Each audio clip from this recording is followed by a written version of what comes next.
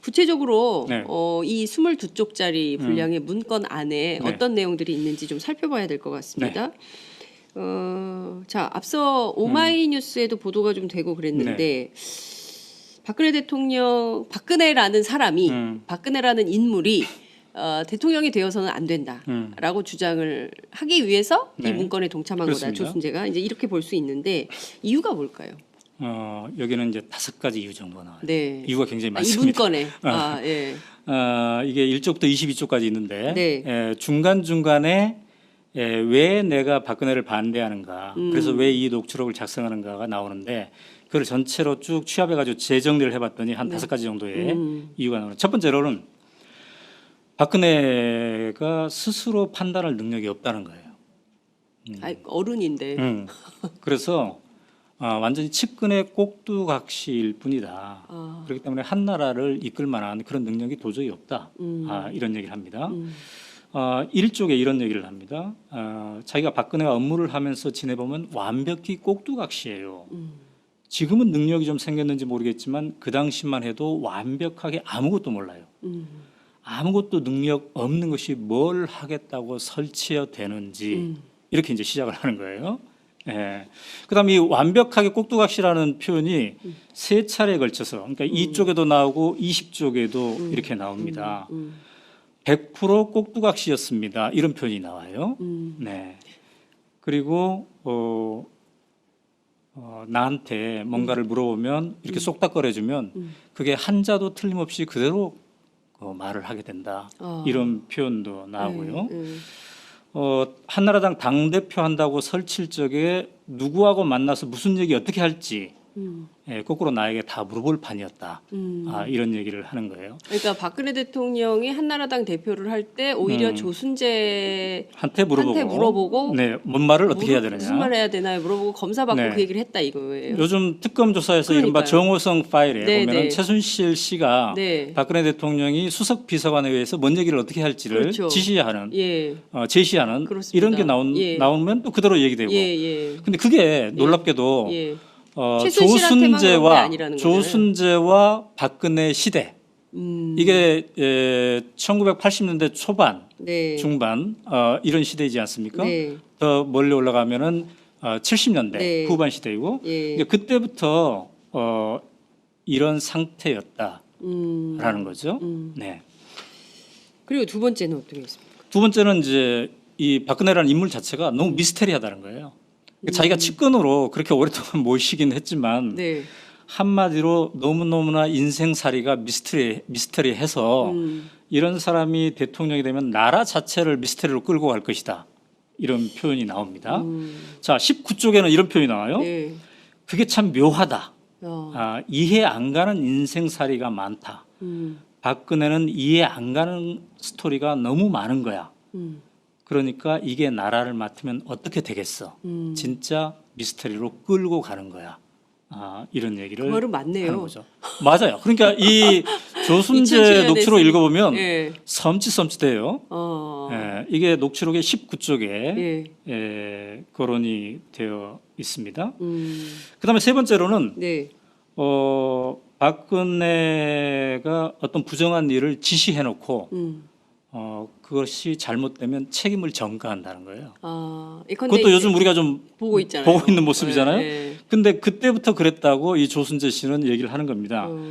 그러면서 그 한 사례를 영남대 사례를 들고 있는데, 영남대가 아시다시피 이제 부정 입학, 네. 그다음에 재산의 편법 관리, 맞아요. 이런 게 많이 있지 않았습니까? 이것을 사실상 지시를 한 상태였는데 그거를 다 총장을 시키는 일만 했는데 그거를 나중에는 나는 모른다는 식으로 총장한테 다 뒤집어 네. 씌워가지고 이게 이쪽에 걸쳐서 네. 이게 쭉 정리가 되고 있습니다. 그다음에 이제 네 번째로는 박근혜 대통령이 되면 이 나라가 비극의 나라가 될 것이다라고 이 사람은 확신을 하고 있습니다. 그래서 당시에 이제 이명박 후보랑 같이 이렇게 경쟁하지 않았습니까? 맞아요. 예. 그래서 이 사람은 박근혜는 절대 안 되니까 차라리 이명박이 되었으면 좋겠다. 이런 얘기를 녹취록 곳곳에서 예. 남기고 있는데요. 자, 16쪽을 보면은 이런 표현이 나와요. MB, 그러니까 이명박이죠. MB가 되어야 한다는 것이 내 국가가 아니다. 나라 안 이루려고 하는 소리야. 그러니까 박근혜가 되면 나라를 잃는다는 소리죠. 예, 그래서 우선 나는 저거, 그러니까 박근혜죠. 저거는 안 되겠다 이거야. 이런 표현이 예, 나오는 거죠.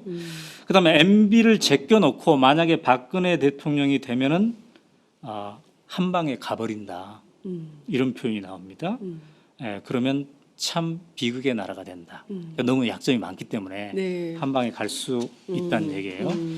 그래서 이제 이 녹취록을 작성한 5번째 이유가 이어집니다. 네. 그 5번째 이유는 뭐냐면 네. 당시 이명박과 박근혜는 한나라당 후보이지 않았습니까? 예, 예. 근데 이제 상대 예. 예, 본선에서는 누구랑 겨누는 거예요? 민주당이죠. 예. 그래서 당시 정동영이었죠. 예, 예. 이 조순재 씨는 정동영 측에서 즉 민주당 측에서 예. 민주당의 대선을 관리하는 사람들 측에서 이 박근혜 문제가 잔뜩 담긴 이른바 박근혜 파일을 갖고 있을 것이다. 박근혜의 과거를 알고 있을 것이다. 예. 박근혜가 얼마나 형편없는 사람이었고 예. 거기에 얼마나 검은 그림자가 많이 들어오져 있는지를 정동영 측에서 다 알고 있을 것이다. 그렇기 때문에 후보가 박근혜가 되면 한 방에 훅 가버릴 수 있다는 거예요. 그거를 우려해서 네. 절대로 한나라당 후보가 되지 않아야 된다라고 생각하는 거죠. 그렇군요. 네. 그것이 이제 3쪽에 서술되어 있는데요. 네. 그렇게 되면 본 게임에 가서 불어버리면 게임이 안 된다. 바로 끝나버린다. 이거 제대로 가지고 있다면 폭발력이 대단한 거다. 이렇게 얘기를 하고 있습니다. 근데 그렇게 추측할 수 있었던 게 이 사람들이 이제 그 10년 동안 민주정부가 운영이 됐었기 때문에 네. 김대중 노무현 그렇기 때문에 박근혜 관련해 가지고 상당한 자료를 갖고 있을 것이다라고 본 그렇죠. 거죠. 네. 그런데 결과는 이제 MB가 됐기 때문에 네. 저쪽에서도 특별한 공격이 없었던 거 아닌가 이런 생각이 좀 들기도 하는데 사실 이제 이런 녹취록에도 불구하고 네. 2007년에 그 한나라당의 후보 검증 과정에서 네. 박근혜 후보에 대한 검증이 수박 겉핥기 맞아요. 식으로 가버렸어요. 근데 박근혜 후보는 여기에 대해서 이제 부인을 합니다. 특별한 관계가 아니었다. 네, 최태민과의 맞아요. 관계에서 예. 그다음에 뭐 재산 부정 측정한 거 없다. 이렇게 없다. 부인을 하죠. 예. 그러나 거기에 한 걸음 더 나가지 못했던 겁니다. 예. 왜 그랬을까요? 예. 그때 당시에 이제 한나라당 관계자들 얘기 들어보면 MB 그러니까 이명박 자체가 약점을 가지고 있었던 거예요. 여러 가지 문제에 대해서 특히 MB도. 개인 사생활 뭐 예. 에리카 김 얘기가 많이 예, 나오지 맞아요, 않았습니까? 맞아요. 예. 그래서 당시에 한나라당의 선거대책본부의 주요 관계자들은 MB한테 박근혜 이 최태민 관계를 폭로합시다라고 얘기를 합니다. 그러나 MB가 그런 사생활은 거론하지 말자 이렇게 하는데 그 핵심적인 이유는 사생활 거론하면 어때요? 저쪽에서도 사생활 거론하겠죠. 그렇죠. 예. 그럼 에리카 김도 등장하게 되고 예. 여러 가지 복잡한 일들이 많이 나온다. 그러한 어떤 셈법에 의해서 이 의혹이 더 깊게 파헤쳐지지 않았던 것 같고요. 그다음에 이제 정동영 후보 측에서는 네. 어차피 박근혜 후보가 탈락했으니까 네. 굳이 뭐 다시 이거를 검증할 필요가 없지 않겠나 이렇게 생각했겠죠. 그래서 이게 이제 2007년 대선에서는 거의 문제가 되지 않고 이어져 나왔던 겁니다. 박근혜 대통령 입장에서는 요행 뭐 그럴 수도 이었네요. 있죠. 그렇게 네. 넘어오긴 했는데 어찌됐든 지금 다 흘러간 마당에 다 모든 게 낱낱이 네. 밝혀지고 있는 이런 상황인데요. 우선 그 녹취록 대화 중에 네. 최태민 씨 그리고 박근혜 대통령 두 사람의 관계는 어떻게 네. 서술이 되어 있습니까? 사실 그게 이제 핵심이에요. 네. 이 녹취록에서 가장 핵심적으로 규명해보고 싶어하는 게 네. 바로 그 대목이었는데 네. 저도 요즘 그 특검발 뉴스 네. 또 여러 가지 뉴스 보면서 야 도대체 어떤 관계였길래 저런 일까지 벌어졌을까 이런 네. 생각을 하게 되지 않습니까? 근데 조순재 씨가 이 녹취록에서 굉장히 적절한 비유를 하더군요. 어떻게? 뭐라고 비유를 하냐면 네. 물과 고기의 관계다. 물과 고기. 예. 누가 물이고 누가 고기입니까?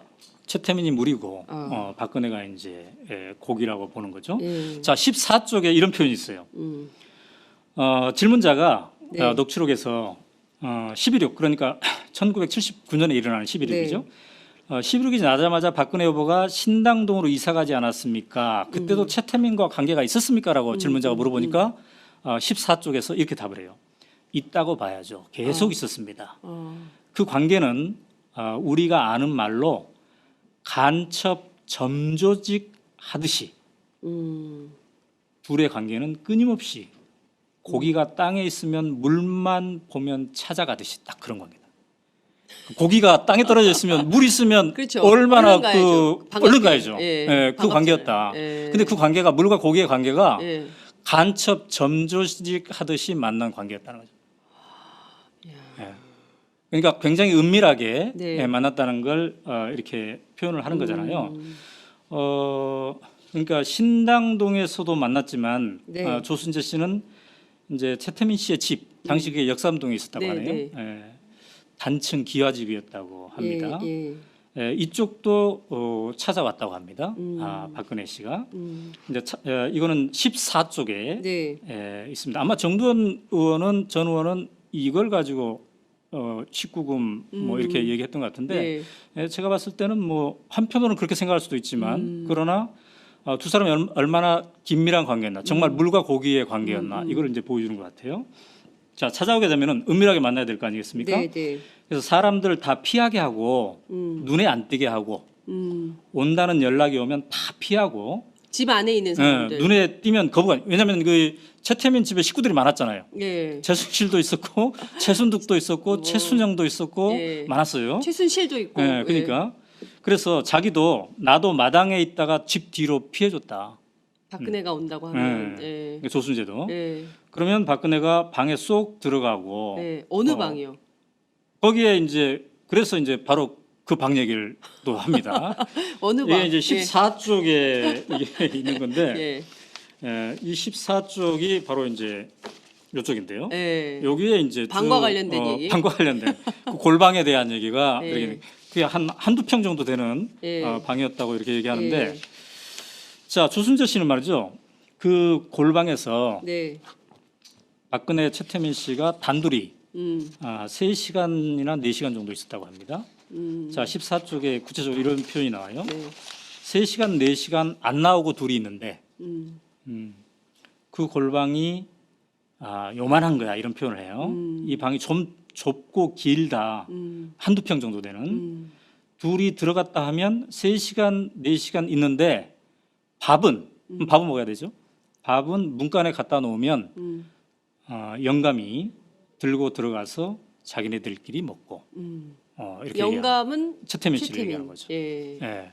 그러니까 그렇게 긴밀한 관계였는데 그러면 과연 몇 번이나 왔을까라고 그 예. 질문자가 물어봤더니 네. 한 달에 몇 번이나 왔습니까? 그랬더니 자주 왔다. 이런 표현을 이렇게 하더군요. 네. 근데 그 회의를 했을까요? 뭐 심층 토론을 할 수도 있죠. 네, 심층 우리 토론을. 옛날에 시국 걱정하면서 네. 카페에서 예. 특히 그때는 수배당할 우려가 있었기 때문에 예. 80년대 초반 예, 전두환 예. 정권에 예. 아주 은밀한 골방에서 예. 서너 명이 토론하고 그런 적도 있었죠. 예. 그렇군요. 이제 일부에서는 박관천 경정이 네. 그 얘기한 거 보면 이게 남녀 관계를 보고서 암시한 그런 네. 대목도 있지 않겠습니까? 네, 네. 근데 이제 두 사람의 나이는 네. 거의 40살 차이가 나거든요. 그렇군요. 그렇기 때문에 네. 그렇게까지 생각할 필요가 있을까 하는 생각이 드는데. 근데 궁금한 것이요. 네. 뭐 시국 토론을 했을 리는 없고 굉장히 자주 간첩 점조직 하듯이 와가지고 최태민을 만났다는 거잖아요. 네. 제 생각에는 그 부인도 있고, 네. 그죠? 그 임선희 씨 부인이 있잖아요. 5번째 부인이긴 하지만 맞습니다. 부인도 있고, 그리고 애들도 있고. 그런데 밥은 또 누가 날라다 줬을 거 아니에요? 네, 네, 네. 그러면 이게 좀 그 정상적인 가정에서는 맞아요. 이렇게 할 수가 없잖아요. 그래서 어떤 이제 아줌마가 자꾸 오는 거잖아요. 그래서 이 14쪽에서 네. 그 질문자가 얘기를 합니다. 네, 그 식구들이 많이 있을 텐데, 네, 그 부담을 느끼지 않았을까 네. 이런 얘기를 했는데, 네, 조순재 씨는 이 녹취록에서 어떤 표현을 쓰냐면 감수했다 이런 표현이 나와요. 감수? 뭘 감수? 그런 장면을 감수했다, 감내했다. 왜냐하면 네, 표현이 이제 엄청난 대통령의 딸이다 이런 표현이 나오고 그다음에 엄청난 돈에 감수하는 거지 이런 얘기를 합니다. 그러니까 조순재 씨는 최태민이 박정희 대통령이 남긴 돈, 그래서 박근혜의 소유가 되었을 법한 그 뭉칫돈 이거를 관리하는 역할을 바로 최태민이 했기 때문에 그리고 그 덕분에 이 집안이 굉장히 찢어지게 가난했다고 하지 않습니까? 네, 이 녹취록도 나와요. 얼마나 예. 가난했는지. 예. 굉장히 가난했대요. 예. 근데 이런 사람들이 엄청난 돈을 가지고 이게 혜택을 누렸기 때문에 예. 이 두 사람의 특별한 관계를 보고 예. 식구들이 예. 아내는 아내대로 식구들이 여러 가지 불편하고 쑥덕거렸지만 감내할 수밖에 없었다. 감수라는 표현이 나옵니다. 감수할 수밖에 없었다. 이런 표현이 나오는 거죠. 그러니까 이 둘의 특별한 관계가 예. 골방에서 서너 시간 같이 있을 관계잖아요. 예. 시국 토론을 했는지 어떤 종교적인 어떤 행위를 했는지 네. 또 다른 행위를 했는지를 모르겠으나 근데 이것이 단순히 이런 밀접한 관계만 국한되지 않고 돈까지도 관리하는 그 관계로 이어진다는 거죠.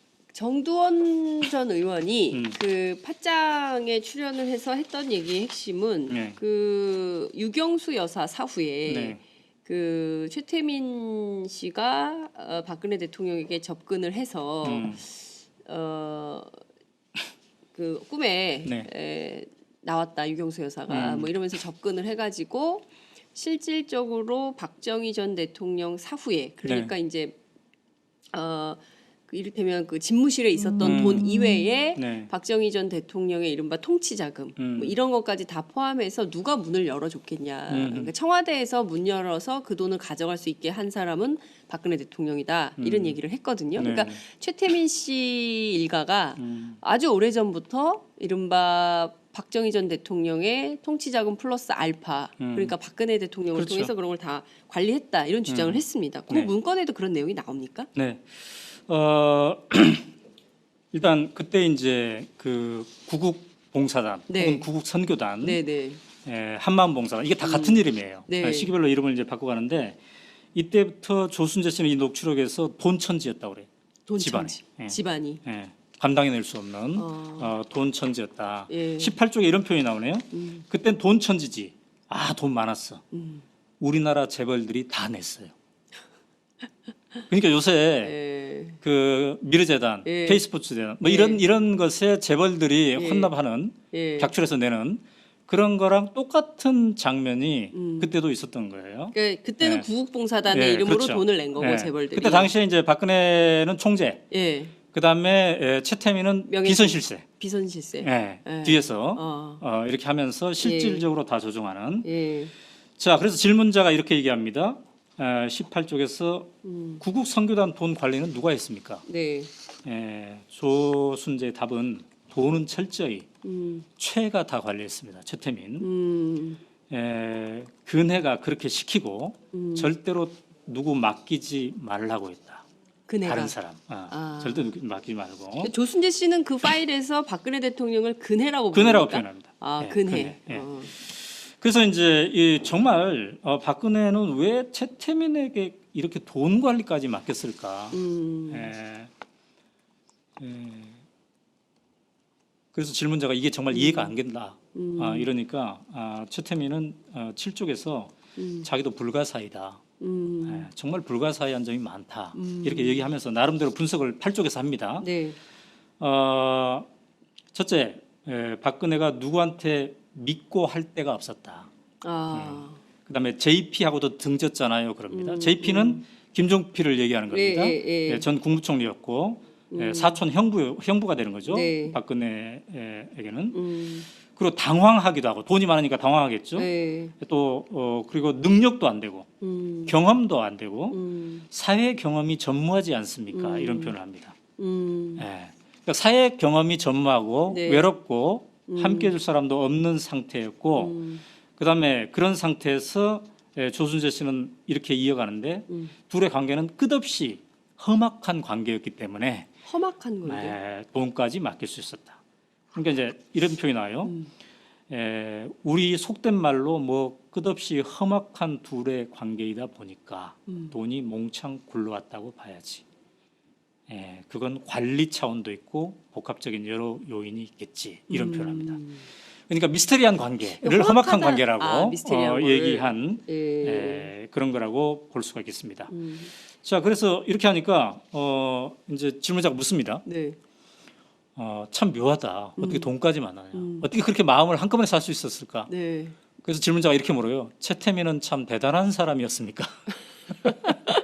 정말 우리도 놀라운 능력이 있는. 우리도 예. 궁금하죠. 예. 여기에 대해서 조순재 씨의 답이 예. 참 재밌어요. 예. 17쪽인데 예. 대단하죠. 여자에 대해서는 이런 표현이 나옵니다. 그러니까 그 여자들의 마음을 사로잡는 예. 그 점에 대해서 굉장히 대단하다. 이런 표현을 이제 하는 건데요.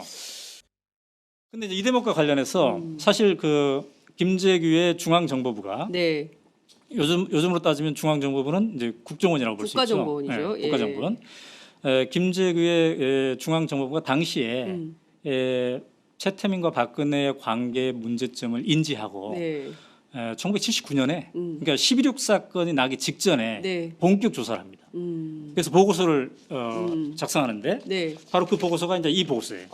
그 중정 문건입니까? 네, 이거는 이제 중앙정보부의 문건이에요. 예. 이것도 약 이제 20여 페이지가 되는 예. 이런 문건인데요. 여기는 이제 최태민이 누구인가에서부터 시작돼 가지고 예.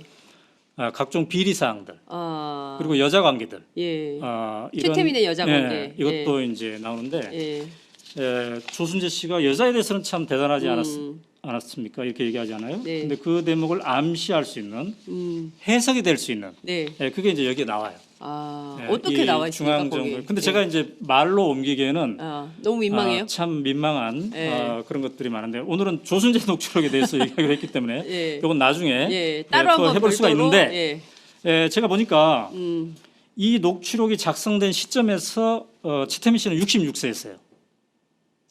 그 시점 그 시점에 66세. 1979년 당시에 66세. 네. 예. 근데 여기에 이제 거론되는 여성이 예. 12명이 거론됩니다.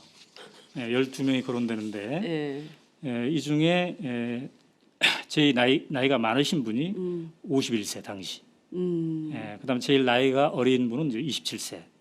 이렇게 돼 있어요. 그러니까 다양한 여성들하고 관계가 있었다고 당시 중앙정보부는 조사를 했는데 물론 이게 이제 어느 정도 사실인지 우리가 알 길은 없죠.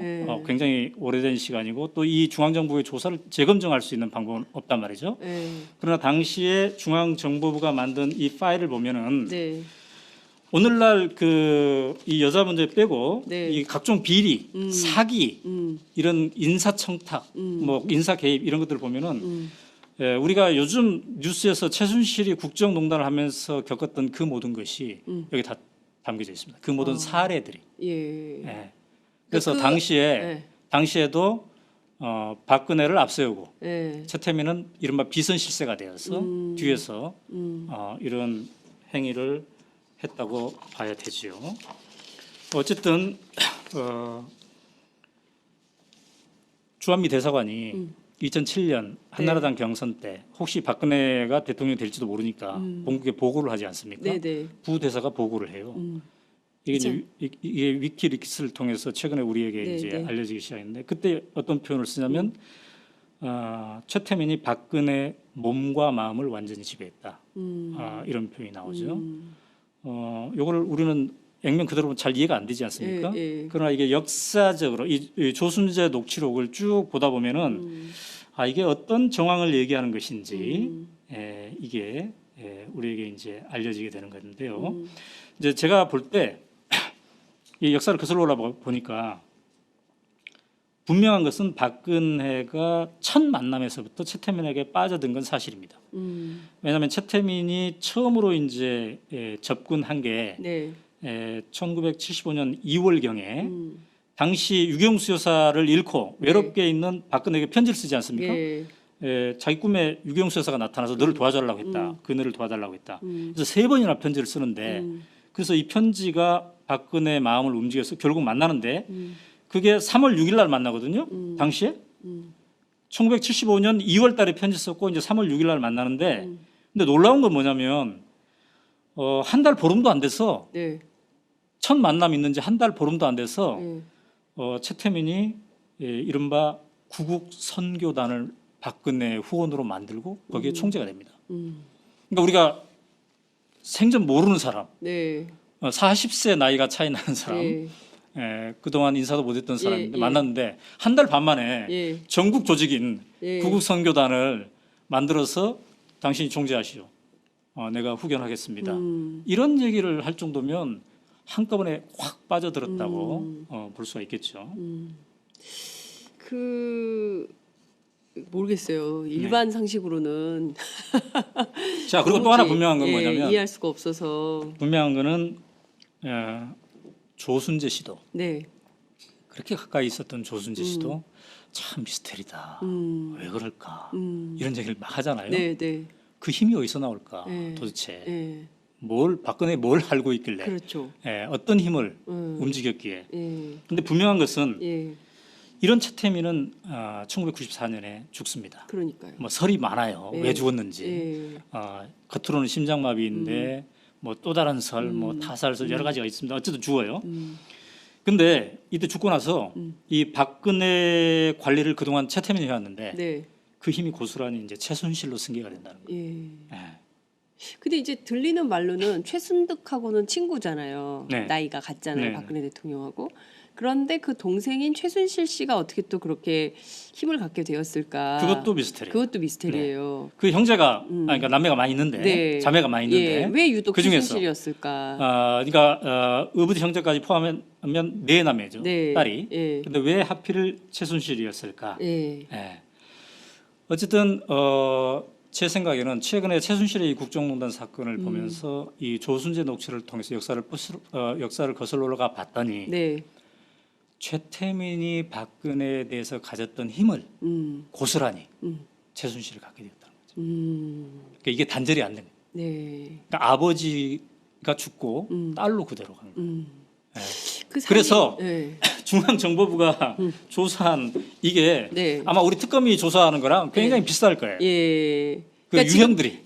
제가 보기에는 지금 이제 1970년대 김재규가 조사했던 그 파일이나 지금 윤석열 검사가 하고 있는 파일이 그 훗날 뒤에 그렇죠. 지금 뭐 30년, 40년 뒤에 또 우리 후대 검찰이 그때는 이런 일이 있으면 안 되는데 여하튼 나중에 역사가 두 개의 문건을 놓고 비교하면서 어떤 차이가 있는지 공부하는 기회가 있지 않을까 싶습니다. 그 중요한 것은 박근혜와 최태민의 관계 상당히 문제가 있고 위험하다라고 해서 김재규 중정부장도 결국에는 그 거사 사고 이렇게 저격하기 전에 그렇게 해서는 안 된다라고 해서 이제 소위 불러가지고 침국 사건도 하지 않습니까? 예, 이 끊임없이 있었는데도 이게 잘 해결되지 못했던 아버지도 딸의 문제를 해결하지 못했던 거 아니냐 이런 얘기도 있어요. 그와 관련된 내용도 좀 녹취록에 있습니까? 그렇죠. 그러니까 이제 이 불가사의한 관계, 물과 고기와 같은 관계, 이게 이제 누가 보더라도 좀 비정상적이지 않습니까? 그래서 이것에 대한 문제를 이제 다 안 거예요. 그래서 이제 혹시 박정희 대통령은 모르고 있나 이런 생각에 김재규 당시 중앙정보부장, 요즘은 이제 국가정보원장이 부활을 시켜가지고 조사를 시킵니다. 그 조사 결과가 이제 이거라고 볼 수가 있잖아요. 근데 이 조사 과정이 어땠는지가 또 이 보고서에는 막 나와요. 그러니까 김재규의 중앙정보부가 도청까지 한 거예요. 이 조순재 녹취록의 4쪽에는 뭐라고 표현되어 있냐면 조순재 씨가 자기네들끼리 사무실에서 얘기했는데 1분 만에 저쪽에서 안 돼요. 김재규 중앙정보부 쪽에서 1분 만에. 그때도 도청 기술이 굉장히 뛰어나죠. 그런 도청 혹은 스파이를 심었겠죠. 근데 이걸 또 알고 박근혜와 최태민 쪽에서 중앙정보부에서 우리를 캐고 있다는 걸 알고 그쪽도 결사적으로 또 대결을 했다는 겁니다. 표현이 이렇게 나옵니다. 4쪽에 박근혜와 최태민은 김재규를 결사적으로 씹었다. 저걸 두면 큰일 난다고.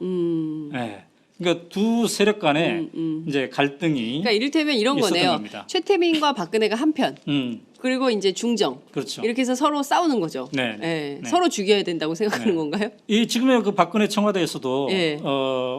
누가 비선 실세 역할을 예, 차지할 예. 것이냐를 예. 가지고 이렇게 하지 그렇죠, 않습니까? 맞아요. 그런 거랑 이제 비슷하다고 볼 수가 있겠죠.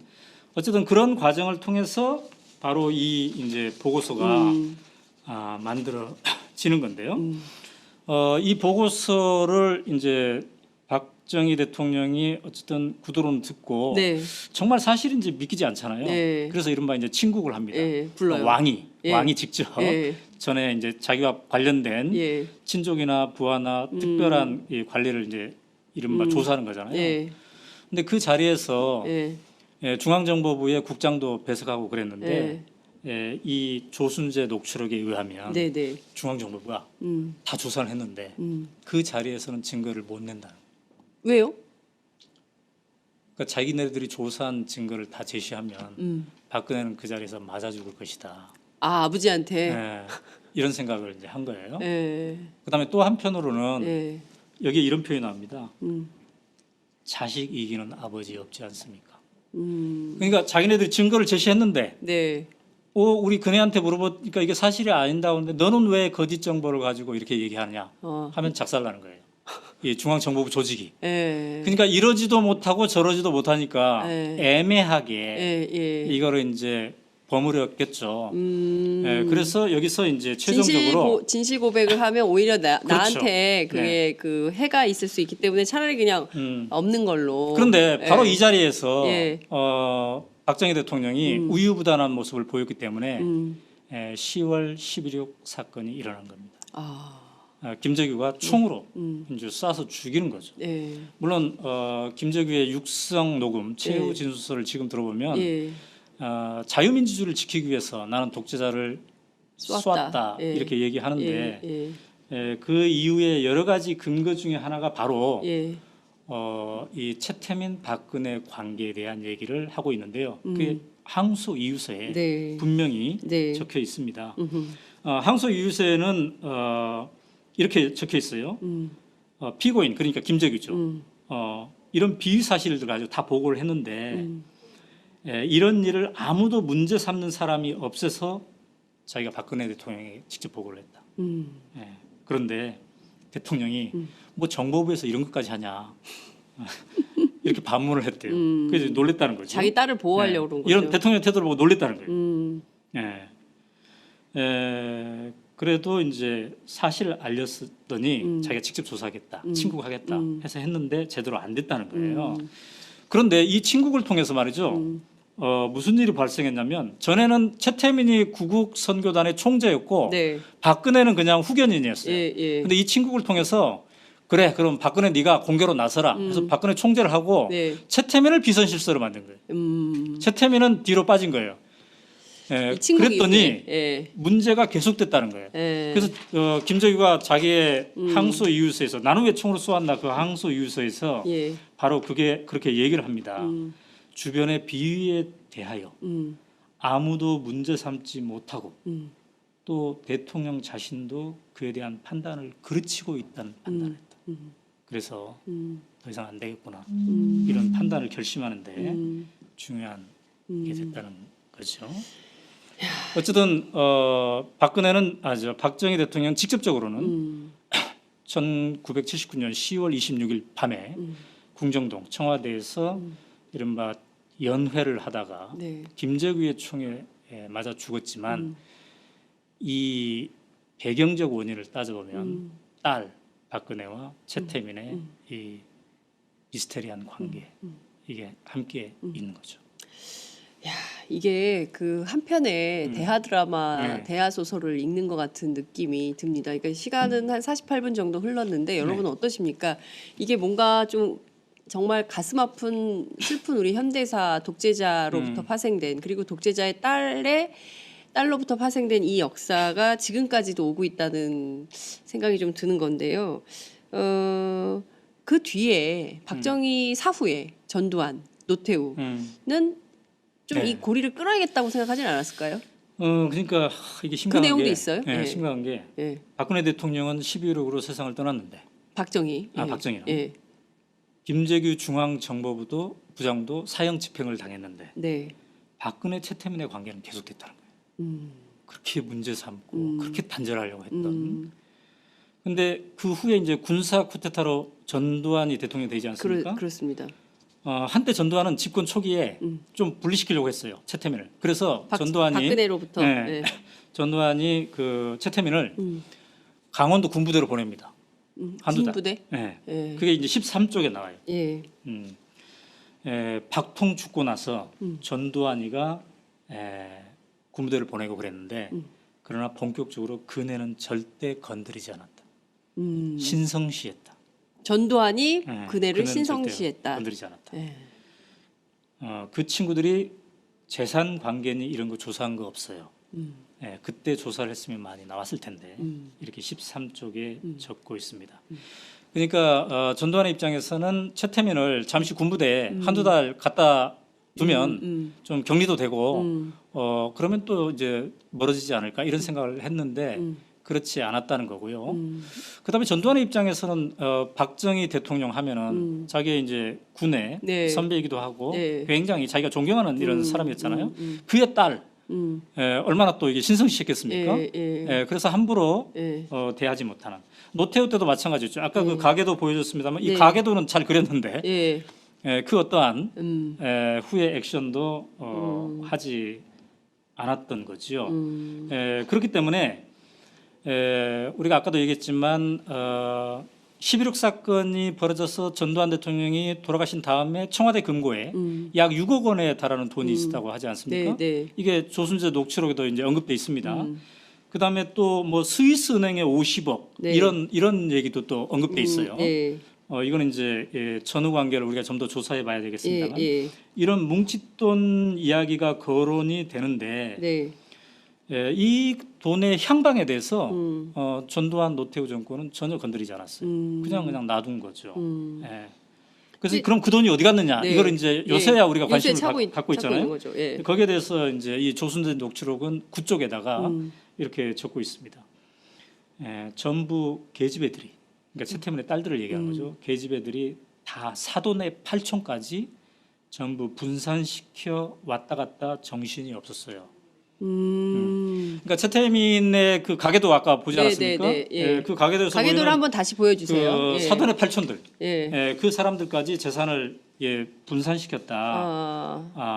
이런 얘기를 이렇게 굉장히 하는 복잡합니다. 거죠. 어떻게 보면은 그 롯데그룹의 지배 구조를 보는 것 같은 느낌이 좀 들기도 해요. 저 최태민의 가계도에서 가계도가. 이제 결혼을 5번 하는데 지금 그 최순실 사건, 이 최순실은 이제 5번째 난 임선희 부인하고 난 관계고요. 이 우리가 얘기하는 지금 조순재 녹취록, 이거는 임선희와 엄마는 같지만 아빠는 다른 이 의붓아들 얘기를 지금 하고 있습니다. 그렇군요. 문제는 그 다음에 이제 YS, 그죠? 그리고 나서는 DJ, 그리고 이제 노무현. 그렇죠. 그러니까 이른바 DJ와 노무현 민주정부 10년. 이때도 이 문제가 계속 이런 설들이 있었어요. 정치권 안에 많았죠. 최태민이라는 사람이 있는데 근데 그건 뭐 약간 이게 성역처럼 이렇게 돼 있었는데 민주정부 10년간도 이 문제는 해소되지 않았던 거죠. 그러니까 오늘날 이렇게. 그래서 김재규가 이제 항소 이유서에서 이렇게 박근혜 최태민의 문제가 많은데 이거를 아무도 문제 삼지 못하고 있다 이런 얘기를 하지 않습니까? 근데 이제 그 세월이 그 후에도 계속 된 거죠. 이제 누구는 알지 못해서 이 문제를 거론하지 못했겠죠. 또 누구는 믿기지 않았어. 어느 정도 뭐 이렇게 대충 알지만 아유 과연 그렇겠어. 또 누구는 이제 두려웠어. 또 누구는 이제 아이 그 뭐 다 지난 옛날 거 아니냐. 요새 지금 할 일도 너무 많은데 그 옛날 거 파서 뭐 하겠어? 뭐 이런 생각들, 이런 생각들이 있었기 때문에 이게 지금까지 계속되어 온 것이다. 그래서 이 최태민, 박근혜의 불가사의한 관계가 이제 박근혜 최순실로 이어져 왔던 거죠. 이게 지금 결국에는 이제 아버지가 했던 그런 수법들을 전부 최순실 씨가 쓴 건데 가르쳤을까요? 이렇게 글쎄요. 하라고? 그 엄마도 좀 미스테리. 임선희 씨가 사실은 그 선거를 돕잖아요. 이제 자루에 돈을 예, 담아가지고 구국 선교단, 구국 봉사단, 한마음 봉사단 이때부터 이제 최순실 씨가 등장을 하죠. 등장하죠. 대학생. 이 녹취록에 뭐라고 표현되어 있냐면 예. 처음에 그러니까 본인이 조순재가 직접 박근혜를 만나던 1975년 경에는 최순실은 너무 어렸다. 근데 이제 11.26이 나고 나서 어느 정도 머리가 커지고 이제 대화의 상대가 되기 시작했다. 이런 표현이 있습니다. 그러니까 그 아버지와 박근혜의 관계를 보면서 무엇이 박근혜를 움직일 수 있나? 아하. 이거를 완전히 몸으로 그리고 문화로서 이게 체득하지 않았나. 그리고 그 모든 것을 최순실이 가져가지 않았을까, 이어가지 않았을까 이런 생각을 이제 해보는 건데요. 이제 안타까운 것은 그 사이에 민주정권 10년이 있었다는 거죠. 네.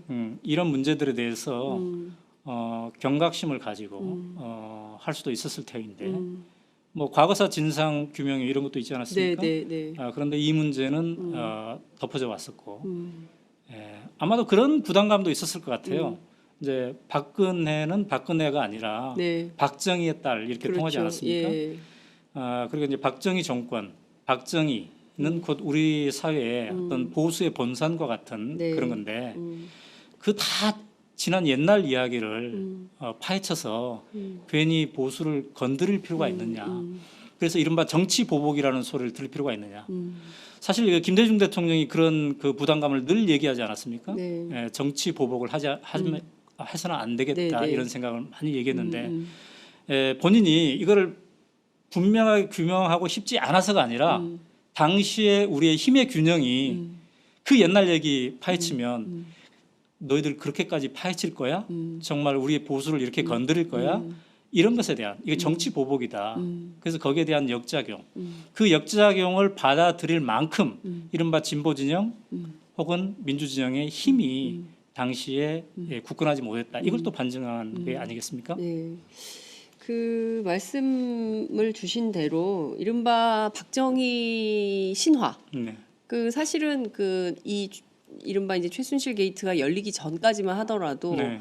지금 구미에 그 5m가 넘는 박정희 대통령의 그 동상이 서 있고 말이죠. 네. 그러니까 온갖 예산을 동원해서 새마을 관련된 사업들을 벌였고 그리고 그 새마을을 아프리카에 뭐 홍보한다고 했었던 것이고 뿐만 아니라 곳곳을 이렇게 성역화하는 측면 이것에 대해서도 사실은 이 민주진영 혹은 이제 지식사회에서 비판을 하면 그 자체로 네. 그 자체로 어떤 그 문제가 되는 그래서 이른바 이제 박정희 박근혜 신격화 성역화가 네. 결국에는 이 최순실 최태민 이 가계의 이런 그 비리 공화국 이런 것들을 키우는 네.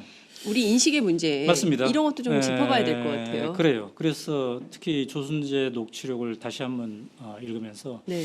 야 우리가 과거를 한번 제대로 돌아보자. 우리가 해야 할 것을 뭘 못했는지를 다시 한번 생각해보자. 그러나 다행인 것은 지난 몇 달 동안 우리가 촛불 민심을 경험하지 않았습니까? 네. 사실은 이 지금 특검이 네. 최순실의 재산 그리고 최태민의 과거 재산 그리고 이것에 박근혜 대통령과의 연관성을 지금 네. 추적 조사하고 있지 않습니까? 예. 근데 이 특검은 누가 만든 거예요? 이게 촛불 민심이 이끌어서 그렇습니다. 이 박영수 특검을 지금 만들지 않았습니까?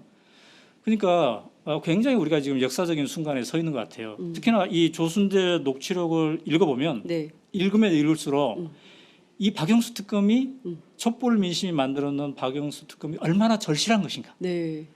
얼마나 수많은 그동안의 이 드라마를 거치고서 좌절 안 됐고 파헤치다 또 안 되고 또 안 되고 그러니까 김재규도 못하고 그래서 사형 집행 당하고 네. 박정희도 못하고 그래서 12.25 총살 맞아 죽고 네. 전두환도 못하고 노태우도 못 노태우도 가고 못하고. 심지어 김대중 노무현 이 두 민주 정권도 못했던 것을 네. 이제서야 이 최순실의 국정농단의 충격을 받고 다시 한번 우리의 40년을 되돌아본 이 촛불 민심에 의해서 이 성남 민심에 의해서 드디어 이제 박영수 특검이 이 문제를 본격적으로 들여다보고 있는 이 국면이거든요. 그래서 이거는 굉장히 이 특검이 지금 역사적 사명을 띠고 있다. 네. 이렇게 볼 수가 있겠네요. 예. 제가 어제 그 특검 관계자를 좀 만났는데요. 네. 이런 역사적 사명, 소명 의식에 대해서 특검이 상당히 그 책무를 가지고 네, 네. 내부 분위기가 고양돼 있다고 하더라고요. 그래서 새벽 3시 정도에 퇴근을 한대요. 특검 요새 네. 관계자들이 새벽 3시 정도에 퇴근을 하고 저녁 있는 삶이 없군요 지금. 그 새벽에 퇴근하는 사람들인 거죠. 그래서 거의 그 하여튼 뭐 그 특히 이제 그 박근혜 대통령이 특검 기간을 연장해 줄 리 만무하다라고 네. 판단을 하고 정말 하루를 이틀 사흘인 것처럼 그렇게 한가하지 않게 일을 그렇습니다. 하고 있다. 그래서 모든 사안, 대한민국 지난 현대사에서 박정희, 박근혜 권력으로부터 제기된 수많은 문제들에 대해서 가급적 많이 들여다보려고 한다 이런 얘기를 하더라고요. 네. 그래서 촛불이 좀 응원 촛불을 갈까요? 그랬더니 그런 건 됐다고 하더군요. 네, 네. 끝으로 이 조순재 파일을 쭉 취재하시면서 지금 이제 앞서 말씀을 좀 주셨지만 그 우리 국민들께서 조금 생각해봐야 되는 포인트, 네. 예, 시사점 이런 게 어떤 게 있을까요? 최근에 그 모든 언론들이 나서서 막 취재하고 있지 않습니까? 그리고 단독 보도들이 쏟아져 나오고 있는데요. 네, 그러한 보도들을 접하고 느끼고 새로운 사실을 알래 우리가 또 다시 한번 이것들을 체계적으로 조합해서 역사적 뿌리와 역사적 교훈을 되새기는 이렇게까지 했단 말이야. 이거 참 재미난 일이 벌어졌었네. 이게 아니라 네, 그동안 우리는 무엇을 해왔고 우리는 또 앞으로 무엇을 해갈 것인가. 네, 이걸 한번 진지하게 우리가 얘기해야 되지 않을까. 그래서 이제 오마이뉴스와 오마이TV가 오늘 조순재 녹취록을 얘기한 이유도 거기에 있어요. 네, 사실 뭐 이 언급 자체는 여러 언론에서 하지 않았습니까? 네, 근데 우리가 한번 체계적으로 분석해보고 이 역사적 뿌리를 점검해보고 우리가 무엇을 교훈으로 얻을 것인가. 물론 우리 언론도 반성을 해야죠. 네. 저부터 반성을 하고 하게 되더군요. 읽어보니까. 네. 이 많은 일들이 우리가 촛불 현장에서 만난 그 문성근 전 대표도 네, 네, 예. 그 얘기 했죠. 네, 그래서 제가 맞아요. 장윤선과 예, 예. 그 하는 토크하는 거 예, 봤는데 예, 그 현장에서 뭐라고 표현했더니 뭐 자괴감이 든다든가 예. 그동안 우리가 예. 이런 일이 벌어졌을 예, 때 우리는 예. 무엇을 했는가에 대한 예, 그래서 우리 모두가 다시 한번 생각하고 또 이 역사로부터 교훈을 얻고 새롭게 시작하는 그래서 우리가 이게 나라냐라고 하는데 이제부터는 그래 이게 나라다라는 걸 제대로 한번 만들어가는데 각자의 역할을 해야 되지 않을까 이런 생각이 드네요. 요새 국민들 저희가 이제 취재를 좀 해보면 권력은 원래 추악한 거고 그리고 자기들끼리 그 정경유착해서 네. 돈을 나눠 갖는 건 너무 당연한 거다. 그래서 뭐가 바뀌겠냐 우리 민초들의 삶에 우리 민초들이 뭐 바뀌겠어 그런 기대하지 말아라 네. 라고 하는 이른바 기득권층의 반발이 곳곳에서 있다고 해요. 그러니까 뭐 수많은 모임 뭐 이런 게 있을 텐데 그런 모임에 가면 꼭 그런 얘기 하는 사람들이 한둘 있다는 네. 겁니다.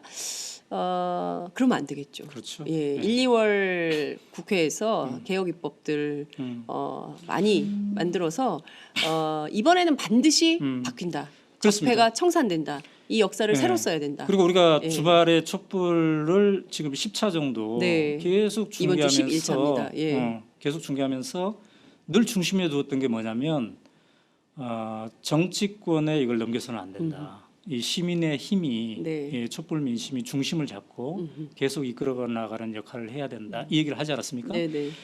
저는 우리가 길거리에서 그렇게 많이 얘기했는데 이 조순재 녹취록을 다시 읽어보니까 네. 바로 그게 무슨 얘기인지 아하. 다시 한번 그거를 네. 느끼게 되더군요. 네. 그래서 우리 시민들의 깨어있는 시민들의 이 힘, 이게 굉장히 중요하다. 시간이 다 많이 됐습니다. 지금 예. 오마이TV 예. 수습 기자들 면접 보러 가야 예, 이제 마무리를 해야 될 것 같습니다. 어찌됐든 저희들이 그 공개한 이 녹취록의 전문은 오마이뉴스 사이트에 가시면 볼 수 있기 때문에요. 혹시 이제 방송으로 부족하다고 네. 생각하시는 분들은 현재 걸려 그렇죠. 있는 오마이뉴스 사이트로 가서 한 번씩 제가 쭉 일독을 언급한 이 것들이 제가 하시면 좋을 오늘 것 같습니다. 성우의 역할을 제대로 못했는데 네. 오마이뉴스 사이트에 가면 지금 세 꼭지가 아마 실려 있을 네, 겁니다. 네. 거기에는 정리가 돼 있어요. 네, 그 정리가 돼 기사들을 있고 좀 혹시 여러분들이 전문 다 그냥 사진을 찍어서 다 공개하라 이렇게 하면 네. 우리 한번 검토를 해보죠. 그렇게 뭐 하겠습니다. 요새도 뭐 네티즌 수사대도 있고 그러는데 특검만 이게 볼 게 아니라 예. 국민이 한번 보고 네, 판단을 해보자. 물론 이제 소송이 당 알 수도 있기 때문에 예, 누가 걸까요? 박근혜 대통령이 걸어야 되겠죠. 그럴 가능성이 있죠. 왜냐하면 다 돌아가셨기 때문에 다른 분들은 네. 최태민 씨도 돌아가시고 뭐 그거는 조순재 또 씨도 국민들이 돌아가셨기 때문에 예. 지금 충분히 생존에 감당해낼 있는 수 인물은 있는. 박근혜 대통령밖에 없어요. 그래서 걸 수 있으면 그분이다 이렇게 말씀을 좀 드리겠습니다. 오늘 말씀 여기까지 듣겠습니다. 고맙습니다. 네, 감사합니다. 힘들고 지친 날 감싸줘요. 그대 말 못해도 알 수 있어요. 얼마나 나를 사랑하는지. 今后通过文化和人文的发 그래서 야 도대체 어떤 관계였길래 저런 일까지 벌어졌을까 이런 네. 생각을 하게 되지 않습니까? 근데 조순재 씨가 이 녹취록에서 굉장히 적절한 비유를 하더군요. 어떻게? 뭐라고 비유를 하냐면 네, 물과 고기의 관계다. 물과 고기. 예. 누가 물이고 누가 고기입니까? 최태민이 물이고 박근혜가 이제 고기라고 보는 거죠. 예. 자 14쪽에 이런 표현이 있어요. 음. 질문자가 네. 녹취록에서 11.6 그러니까 1979년에 일어나는 11.6이죠.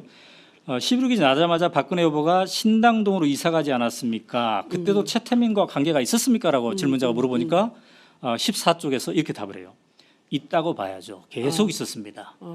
그 관계는 우리가 아는 말로 간첩 점조직 하듯이 둘의 관계는 끊임없이 고기가 땅에 있으면 물만 보면 찾아가듯이 딱 그런 관계다.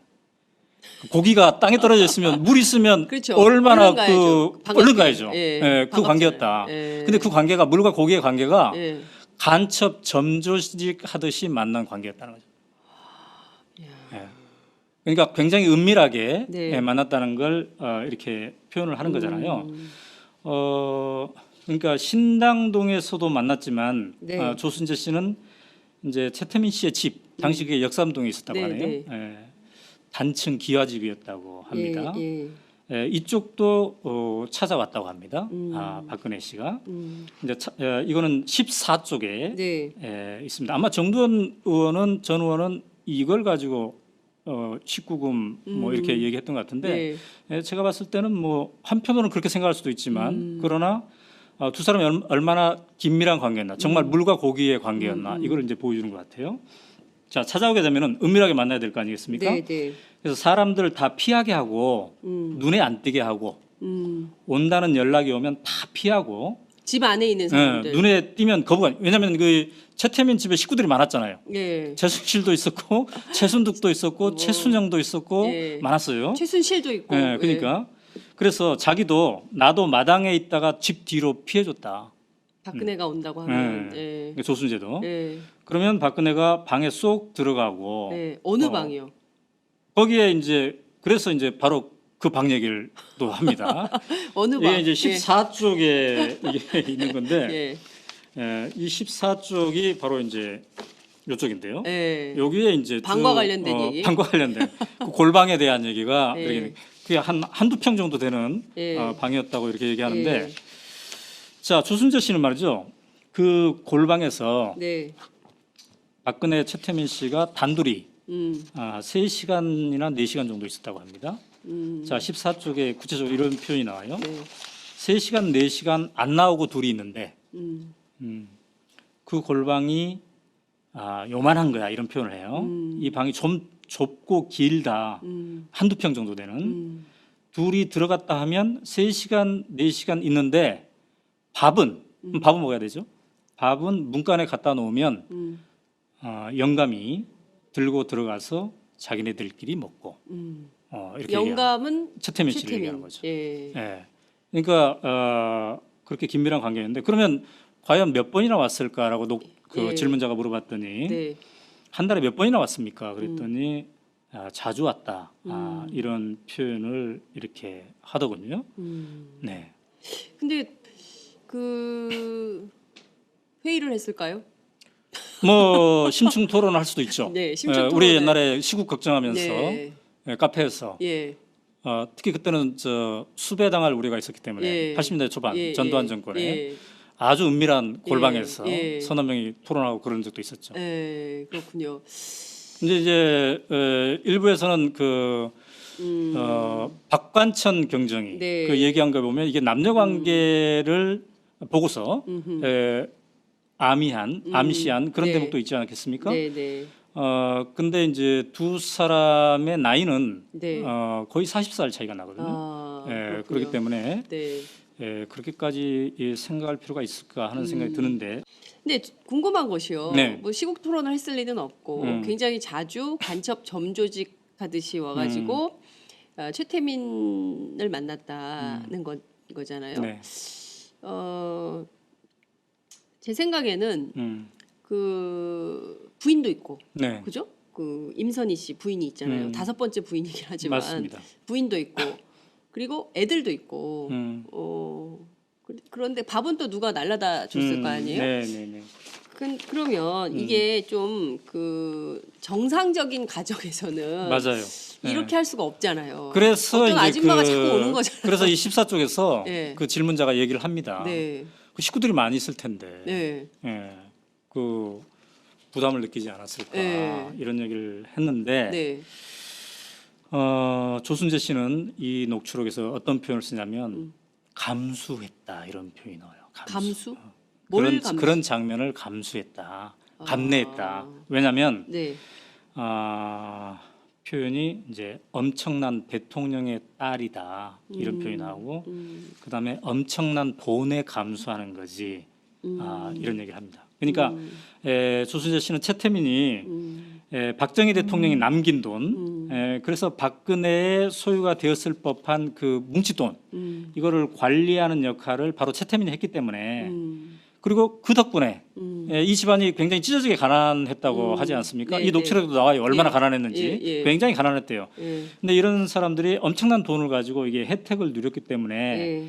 이 두 사람의 특별한 관계를 보고 예. 식구들이 예. 아내는 아내대로 식구들이 여러 가지 불편하고 쑥덕거렸지만 감내할 수밖에 없었다. 감수라는 표현이 나옵니다. 감수할 수밖에 없었다.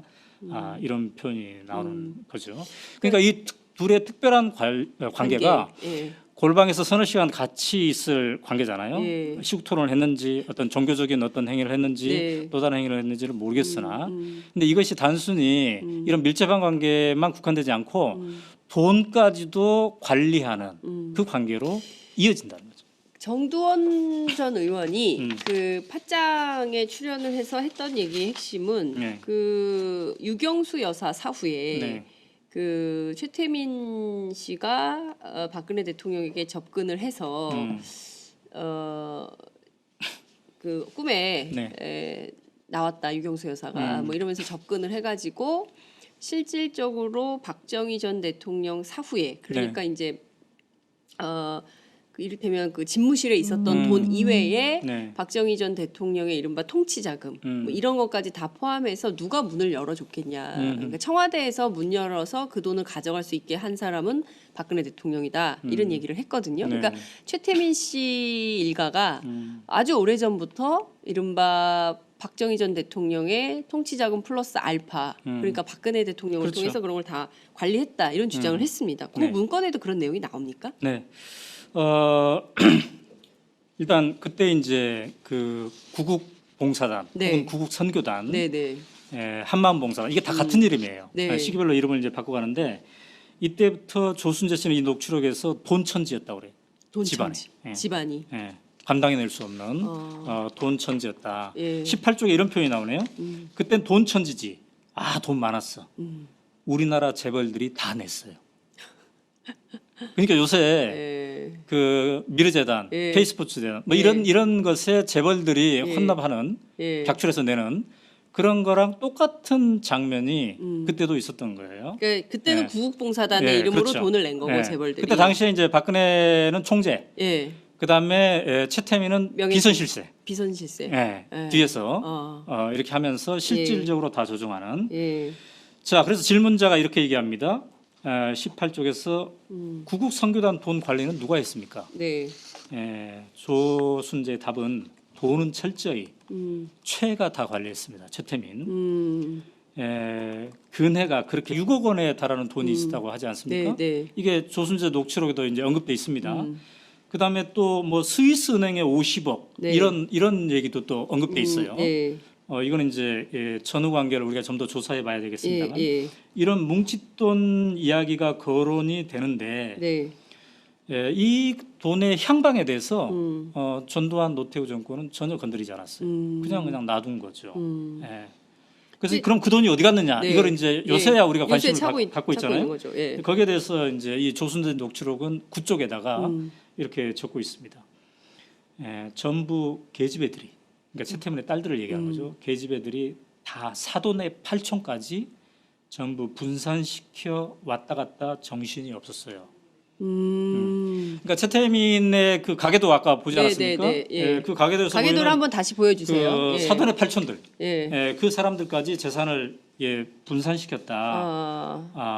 이런 얘기를 네, 네. 이렇게 굉장히 하는 복잡합니다. 거죠. 어떻게 보면은 그 네. 롯데그룹의 지배 구조를 보는 것 같은 느낌이 좀 들기도 해요. 네, 저 최태민의 가계도에서 가계도가. 이제 결혼을 예. 5번 하는데 예. 뭐 다 지금 그 최순실 사건, 예. 이 최순실은 이제 5번째 난 임선희 부인하고 난 관계고요. 이 우리가 얘기하는 지금 조순재 녹취록, 이거는 임선희와 엄마는 같지만 아빠는 다른 이 어부다들 얘기를 지금 하고 있습니다. 그렇군요. 문제는 그 다음에 이제 YS, 그죠? 그리고 나서는 DJ, 네. 그리고 이제 노무현. 그렇죠. 그러니까 이른바 DJ와 노무현 민주정부 10년. 이때도 이 문제가 계속 이런 설들이 있었어요. 정치권 그렇죠, 설은 안에 많았죠. 최태민이라는 사람이 있는데 네. 뭐 근데 뭐 그건 뭐 약간 이게 성역처럼 이렇게 돼 있었는데 민주정부 10년간도 이 문제는 해소되지 않았던 거죠. 그러니까 않았죠. 오늘날 이렇게. 네, 네. 그래서 김재규가 이제 항소 이유서에서 이렇게 박근혜 최태민의 문제가 많은데 이거를 아무도 문제 삼지 못하고 있다 이런 얘기를 하지 않습니까? 네. 근데 이제 그 세월이 그 후에도 계속 된 거죠. 이제 누구는 알지 못해서 이 문제를 거론하지 못했겠죠. 또 누구는 믿기지 않았어. 네. 어느 정도 뭐 이렇게 대충 알지만 아유 과연 그렇겠어. 또 누구는 이제 두려웠어. 네. 또 누구는 이제 아이 그 뭐 다 지난 옛날 거 아니야. 요새 지금 할 일도 너무 많은데 그 옛날 거 파서 뭐 하겠어? 뭐 이런 생각들, 이런 생각들이 있었기 때문에 네. 이게 지금까지 계속되어 온 것이다. 그래서 이 최태민, 박근혜의 불가사의한 관계가 이제 박근혜 최순실로 이어져 왔던 거죠. 네. 이게 지금 결국에는 이제 아버지가 했던 그런 수법들을 네. 전부 최순실 씨가 쓴 건데 네. 가르쳤을까요? 이렇게 글쎄요. 하라고? 뭐 그 엄마도 좀 미스테리. 임선희 씨가 사실은 그 선거를 그 돕잖아요. 이제 자루에 돈을 네. 담아가지고 구국 선교단, 구국 봉사단, 한마음 봉사단 이때부터 이제 최순실 씨가 등장을 하죠. 등장하죠. 대학생. 예. 이 녹취록에 뭐라고 표현되어 있냐면 예. 처음에 그러니까 본인이 조순재가 직접 박근혜를 만나던 1975년 경에는 최순실은 너무 어렸다. 근데 이제 11.26이 나고 나서 어느 정도 머리가 커지고 이제 대화의 상대가 되기 시작했다. 이런 표현이 있습니다. 그러니까 그 아버지와 박근혜의 관계를 보면서 무엇이 박근혜를 움직일 수 있나 아하. 이거를 완전히 몸으로 그리고 문화로서 이게 체득하지 않았나 그리고 그 모든 것을 최순실이 가져가지 않았을까 이어가지 않았을까 이런 생각을 이제 해보는 건데요. 이제 안타까운 것은 그 사이에 민주정권 10년이 있었다는 거죠. 네. 이런 문제들에 대해서 경각심을 가지고 할 수도 있었을 테인데 뭐 과거사 진상 규명 이런 것도 있지 않았습니까? 네, 네, 네. 그런데 이 문제는 덮어져 왔었고 아마도 그런 부담감도 있었을 것 같아요. 이제 박근혜는 박근혜가 아니라 네. 박정희의 딸 이렇게 통하지 않았습니까? 예. 그리고 이제 박정희 정권, 박정희는 곧 우리 사회의 어떤 보수의 본산과 같은 네. 그런 건데 그 다 지난 옛날 이야기를 파헤쳐서 괜히 보수를 건드릴 필요가 있느냐. 그래서 이른바 정치 보복이라는 소리를 들을 필요가 있느냐. 사실 김대중 대통령이 그런 그 부담감을 늘 얘기하지 않았습니까? 네. 예, 정치 보복을 해서는 안 되겠다 네, 네. 이런 생각을 많이 얘기했는데 본인이 이거를 분명하게 규명하고 싶지 않아서가 아니라 당시에 우리의 힘의 균형이 그 옛날 얘기 파헤치면 너희들 그렇게까지 파헤칠 거야? 정말 우리의 보수를 이렇게 건드릴 거야? 이런 것에 대한 이게 정치 보복이다. 그래서 거기에 대한 역작용, 그 역작용을 받아들일 만큼 이른바 진보 진영 혹은 민주 진영의 힘이 당시에 굳건하지 못했다. 이걸 또 반증한 게 아니겠습니까? 네. 그 말씀을 주신 대로 이른바 박정희 신화. 네. 그 사실은 그 이 이른바 이제 최순실 게이트가 열리기 전까지만 하더라도 네. 지금 구미에 그 5m가 넘는 박정희 대통령의 그 동상이 서 있고 말이죠. 네. 그러니까 온갖 예산을 동원해서 새마을 관련된 사업들을 벌였고 그리고 그 새마을을 아프리카에 뭐 홍보한다고 했었던 것이고 뿐만 아니라 곳곳을 이렇게 성역화하는 측면 이것에 대해서도 사실은 이 민주진영 혹은 이제 지식사회에서 비판을 하면 그 자체로 네. 그 자체로 어떤 그 문제가 되는 그래서 이른바 이제 박정희 박근혜 신격화 성역화가 네. 결국에는 이 최순실 최태민 이 가계의 이런 그 비리 공화국 이런 것들을 키우는 네. 우리 인식의 문제 맞습니다. 이런 것도 좀 짚어봐야 될 것 같아요. 그래요. 그래서 특히 조순재 녹취록을 다시 한번 읽으면서 네. 야 우리가 과거를 한번 제대로 돌아보자. 우리가 해야 할 것을 뭘 못했는지를 다시 한번 네, 생각해보자. 네, 그러나 다행인 것은 지난 몇 달 동안 우리가 촛불 민심을 경험하지 않았습니까? 네. 사실은 이 지금 특검이 네. 최순실의 재산 그리고 최태민의 과거 재산 그리고 이것에 박근혜 대통령과의 연관성을 지금 네. 추적 조사하고 있지 예, 않습니까? 예. 근데 이 특검은 누가 만든 거예요? 이게 촛불 민심이 이끌어서 그렇습니다. 이 박영수 특검을 지금 만들지 않았습니까? 그러니까 굉장히 우리가 지금 역사적인 순간에 서 있는 것 같아요. 특히나 이 조순재 녹취록을 읽어보면 네. 읽으면 읽을수록 이 박영수 특검이 촛불 민심이 만들어놓은 박영수 특검이 얼마나 절실한 것인가. 네. 얼마나 수많은 그동안의 이 드라마를 거치고서 좌절 안 됐고 파헤치다 또 안 되고 또 안 되고 그러니까 김재규도 못하고 그래서 사형 집행 당하고 네. 박정희도 못하고 그래서 12.15 총살 맞아 죽고 네. 전두환도 못하고 노태우도 못 노태우도 가고 못하고. 심지어 김대중 노무현 이 두 민주 정권도 못했던 것을 네. 이제서야 이 최순실의 국정농단의 충격을 받고 다시 한번 우리의 40년을 되돌아본 이 촛불 민심에 의해서 이 성남 민심에 의해서 드디어 이제 박영수 특검이 이 문제를 본격적으로 들여다보고 있는 이 국면이거든요. 그래서 이거는 굉장히 이 특검이 지금 역사적 사명을 띠고 있다. 네. 이렇게 볼 수가 있겠네요. 예. 제가 어제 그 특검 관계자를 좀 만났는데요. 네. 이런 역사적 사명, 소명 의식에 대해서 특검이 상당히 그 책무를 가지고 네, 네. 내부 분위기가 고양돼 있다고 하더라고요. 그래서 새벽 3시 정도에 퇴근을 한대요. 특검 요새 네. 관계자들이 새벽 3시 정도에 퇴근을 하고 저녁 있는 삶이 없군요 지금. 그 새벽에 퇴근하는 사람들이 거죠.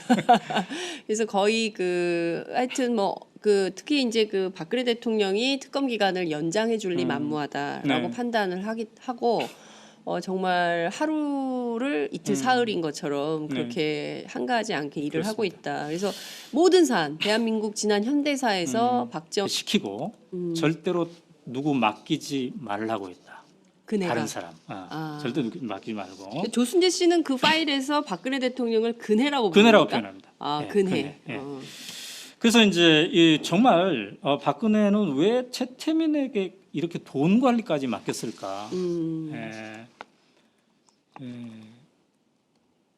그래서 질문자가 이게 정말 이해가 안 된다. 이러니까 최태민은 7쪽에서 자기도 불가사의다. 정말 불가사의한 점이 많다. 이렇게 얘기하면서 나름대로 분석을 8쪽에서 합니다. 네. 첫째, 박근혜가 누구한테 믿고 할 데가 없었다. 그다음에 JP하고도 등졌잖아요. 그럽니다. JP는 김종필을 얘기하는 겁니다. 전 국무총리였고 사촌 형부가 되는 거죠. 네. 박근혜에게는.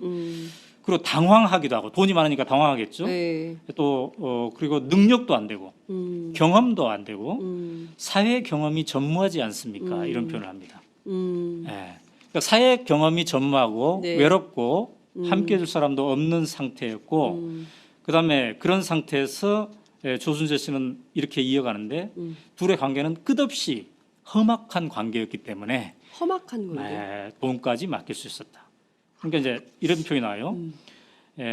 우리 속된 말로 뭐 끝없이 험악한 둘의 관계이다 보니까 돈이 몽창 굴러왔다고 봐야지. 그건 관리 차원도 있고 복합적인 여러 요인이 있겠지. 이런 표현합니다. 그러니까 미스테리한 관계를 험악한 관계라고 미스테리한 얘기한 그런 거라고 볼 수가 있겠습니다. 자, 그래서 이렇게 하니까 이제 질문자가 묻습니다. 네. 참 묘하다. 어떻게 돈까지 많아요? 어떻게 그렇게 마음을 한꺼번에 살 수 있었을까? 네. 그래서 질문자가 이렇게 물어요. 최태민은 참 대단한 사람이었습니까? 정말 우리도 놀라운 능력이 있는. 우리도 예. 궁금하죠. 예. 여기에 대해서 조순재 씨의 답이 예. 참 재밌어요. 예. 17쪽인데 예. 대단하죠. 여자에 대해서는 이런 표현이 나옵니다. 그러니까 그 여자들의 마음을 사로잡는 예. 그 점에 대해서 굉장히 대단하다. 이런 표현을 이제 하는 건데요. 근데 이제 이 대목과 관련해서 사실 그 김재규의 중앙정보부가 네. 요즘으로 따지면 중앙정보부는 이제 국정원이라고 볼 수 있죠. 국가정보원이죠. 예. 국가정보원. 김재규의 중앙정보부가 당시에 최태민과 박근혜의 관계 문제점을 인지하고 네.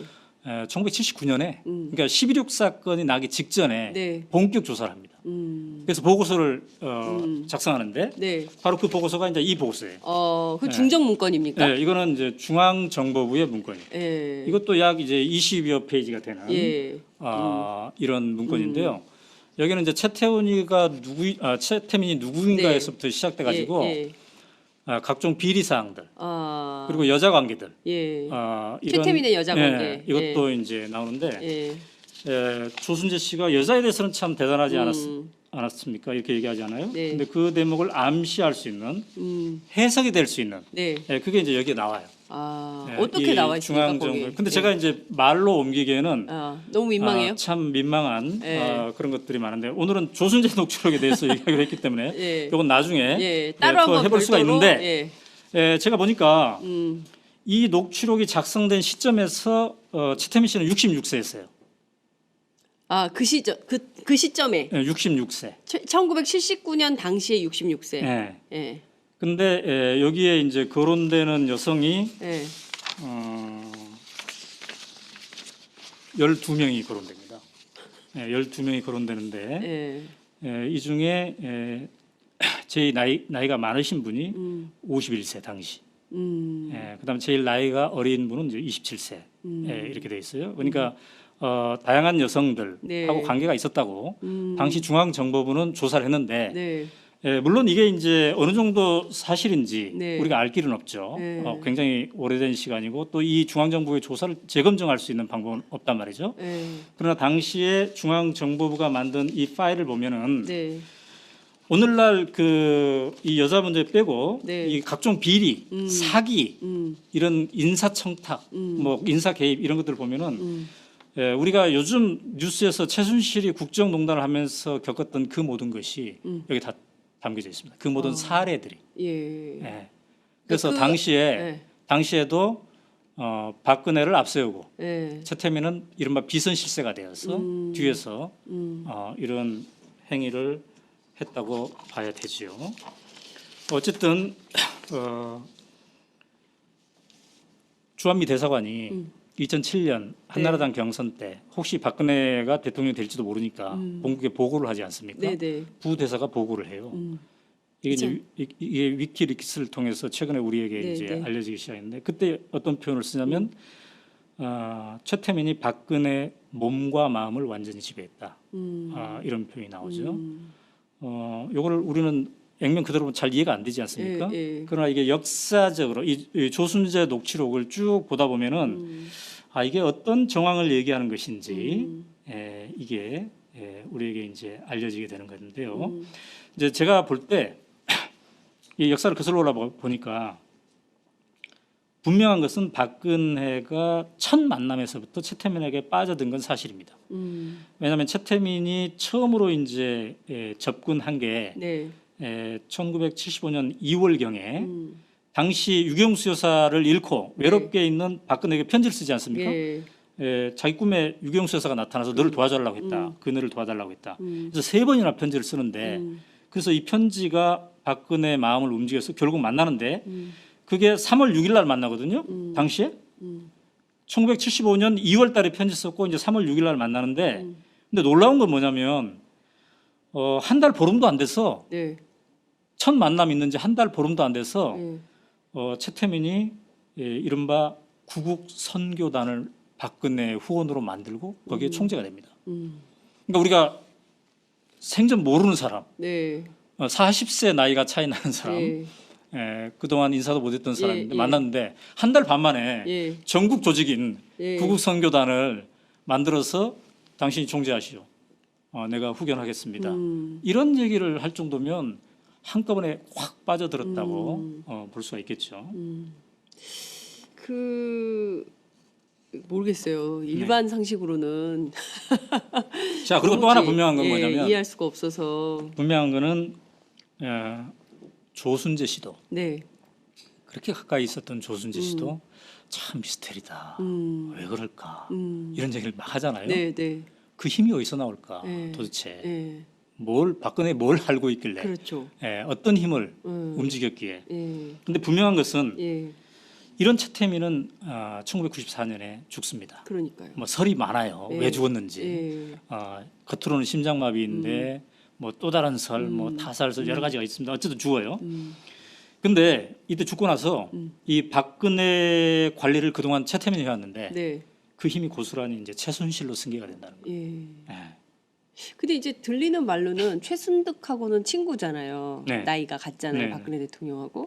그런데 그 동생인 최순실 씨가 어떻게 또 그렇게 힘을 갖게 되었을까? 그것도 미스테리. 그것도 미스테리예요. 그 형제가 그러니까 남매가 많이 있는데 네. 자매가 많이 있는데 예. 왜 유독 그중에서 최순실이었을까? 그러니까 의붓이 형제까지 포함하면 4남매죠. 네. 딸이. 예. 근데 왜 하필 최순실이었을까? 예. 예.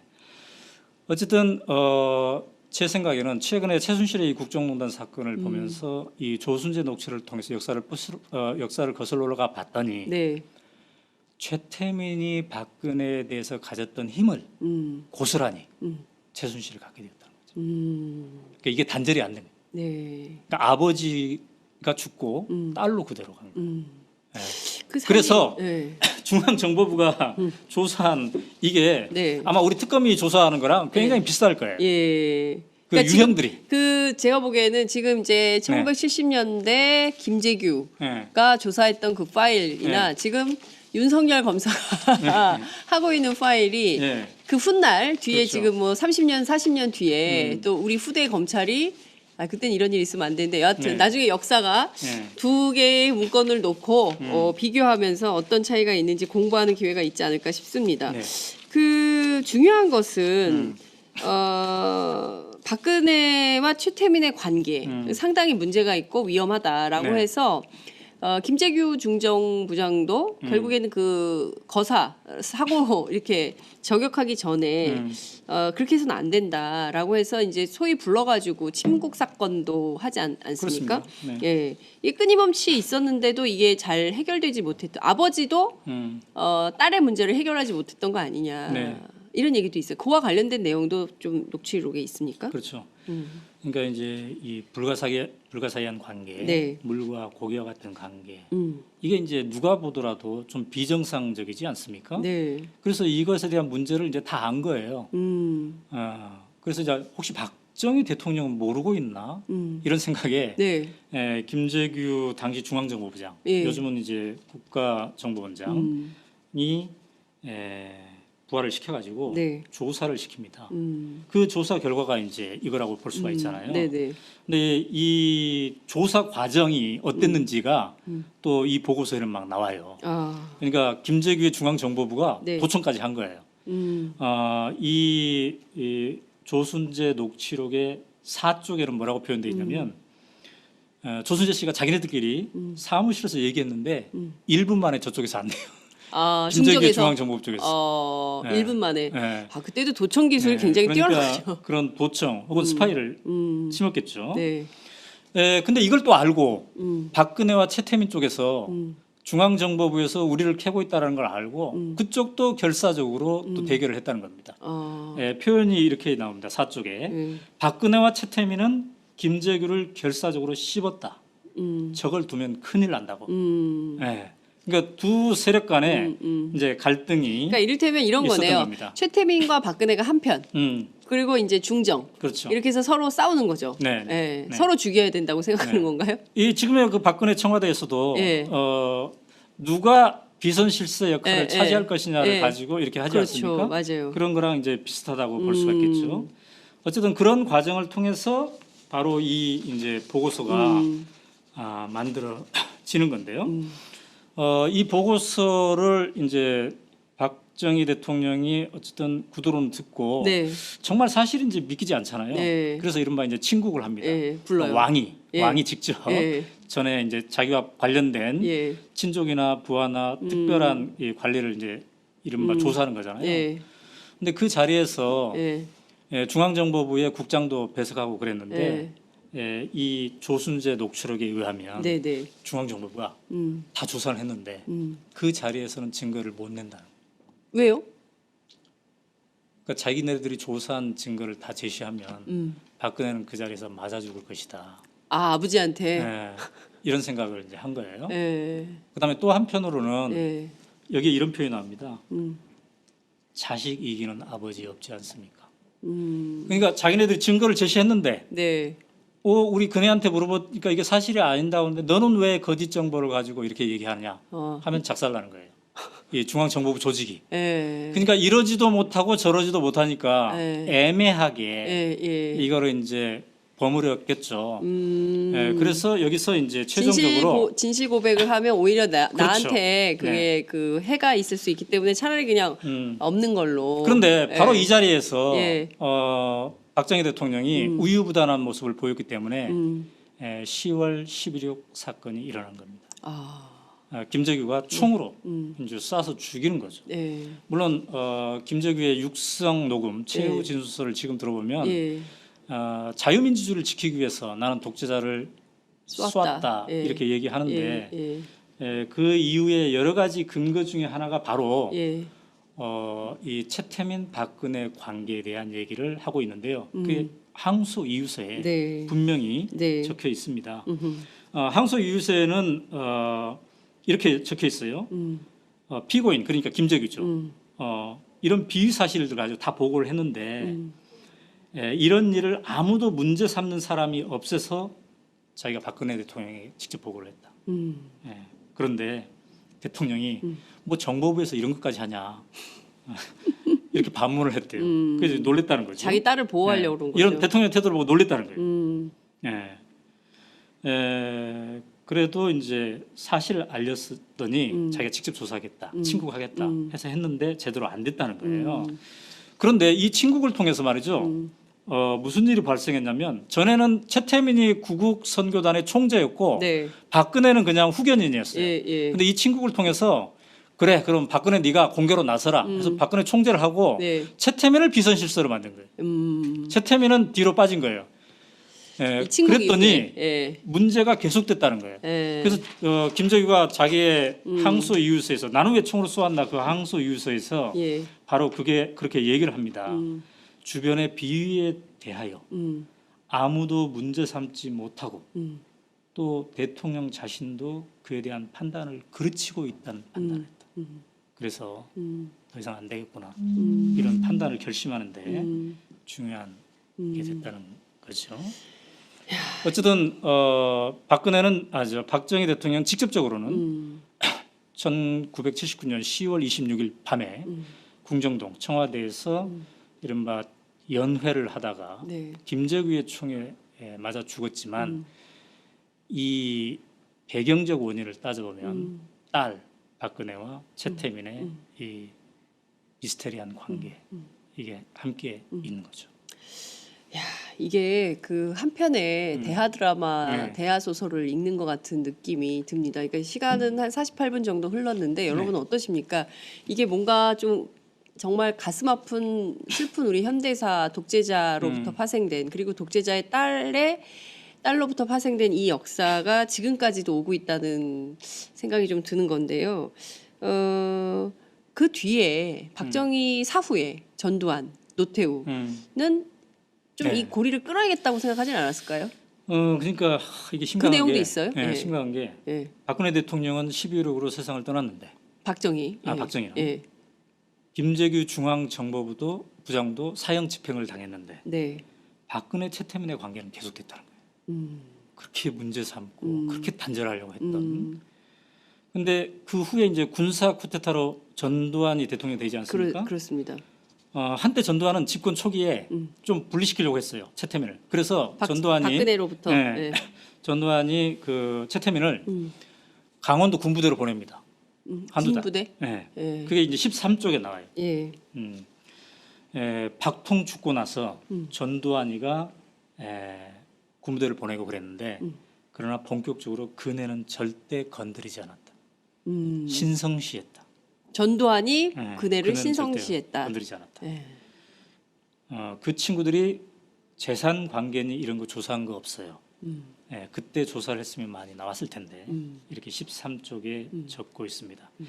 그러니까 전두환의 입장에서는 최태민을 잠시 군부대에 한두 달 갖다 두면 좀 격리도 되고 그러면 또 이제 멀어지지 않을까 이런 생각을 했는데 그렇지 않았다는 거고요. 그다음에 전두환의 입장에서는 박정희 대통령 하면은 자기의 이제 군의 네. 선배이기도 하고 네. 굉장히 자기가 존경하는 이런 사람이었잖아요. 그의 딸 얼마나 또 이게 신성시했겠습니까? 그래서 함부로 예. 대하지 못하는 노태우 때도 마찬가지였죠. 아까 그 가계도 보여줬습니다만 이 네. 가계도는 잘 그렸는데 예. 그 어떠한 후의 액션도 하지 않았던 거죠. 그렇기 때문에 우리가 아까도 얘기했지만 11.16 사건이 벌어져서 전두환 대통령이 돌아가신 다음에 청와대 금고에 약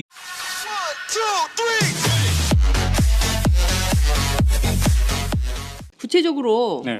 이 22쪽짜리 분량의 문건 안에 네. 어떤 내용들이 있는지 좀 살펴봐야 될 것 같습니다. 자, 앞서 오마이뉴스에도 보도가 좀 되고 그랬는데 박근혜 대통령, 박근혜라는 사람이, 박근혜라는 인물이 대통령이 되어서는 안 된다라고 주장을 하기 위해서 네. 이 문건에 동참한 그렇습니다. 거다. 조순재가 이제 이렇게 볼 수 있는데 이유가 뭘까요? 여기는 이제 5가지 이유 정도가 나와요. 네. 이유가 굉장히 이 많습니다. 문건에. 예. 이게 1쪽부터 22쪽까지 있는데 네. 중간중간에 왜 내가 박근혜를 반대하는가 그래서 왜 이 녹취록을 작성하는가가 나오는데 그걸 전체로 쭉 취합해가지고 재정리를 해봤더니 한 5가지 정도의 이유가 나오는. 첫 번째로는 박근혜가 스스로 판단할 능력이 없다는 거예요. 어른인데. 그래서 완전히 측근의 꼭두각시일 뿐이다. 그렇기 때문에 한 나라를 이끌 만한 그런 능력이 도저히 없다. 이런 얘기를 합니다. 1쪽에 이런 얘기를 합니다. 자기가 박근혜와 업무를 하면서 지내보면 완벽히 꼭두각시예요. 지금은 능력이 좀 생겼는지 모르겠지만 그 당시만 해도 완벽하게 아무것도 몰라요. 아무것도 능력 없는 것이 뭘 하겠다고 설치어 되는지 이렇게 이제 시작을 하는 거예요. 예.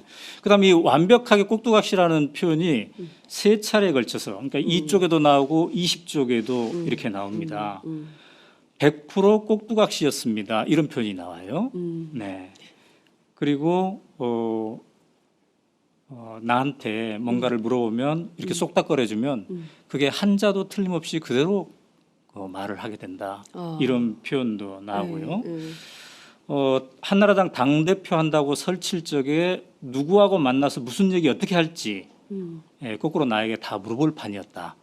이런 얘기를 하는 거예요. 그러니까 박근혜 대통령이 한나라당 대표를 할 때 오히려 조순재 한테 물어보고 네, 뭔 말을 어떻게 해야 되느냐. 무슨 말 해야 되나요? 물어보고 검사받고 네. 그 얘기를 했다 이거예요. 요즘 특검 조사에서 이른바 그러니까요. 정호성 파일에 네, 보면은 네. 최순실 씨가 네. 박근혜 대통령이 수석 비서관에 의해서 뭔 얘기를 어떻게 할지를 그렇죠. 지시하는 예.